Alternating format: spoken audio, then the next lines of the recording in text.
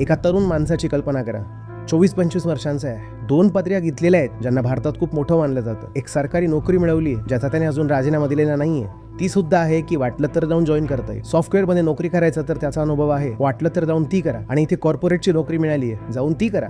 कोणत्याही प्रकारे त्यावेळी कोणताही माणूस, अगदी तो तरुण मुलगा सुद्धा ही कल्पना करू शकत नव्हता का की तो आज हे करत असेल. आणि जर कल्पना करून योजना बनवून एखाद्या मार्गावर चालला असता तर आज इथे पोहोचू शकला असता का? माझी कोणतीही योजना मला इथे आणू शकत होती का? हो, माझी योजना मला शिकागोला घेऊन गेली असती, कॅलिफोर्नियाला घेऊन गेली असती, लंडनला घेऊन गेली असती. पण त्या ठिकाणी तर आधीच इतके लोक भरलेले आहेत. लंडनच्या गर्दीचं काय सांगायचं. एखाद्या सरकारी बंगल्यात घेऊन गेली असती, तिथेही इतके लोक भरलेले आहेत. काही चांगलं तेव्हाच होतं जेव्हा ते आधीपासून ठरलेलं नसेल, योजित नसेल, संकल्पित नसेल. योजना बनवून छोटी कामं होऊ शकतात, पण जिथे चेतनेची गोष्ट येते, आपल्या आयुष्याची गोष्ट येते, तिथे योजना बनवून आणि आधीपासूनच सुरक्षेचं आश्वासन मागून काम होऊ शकत नाही.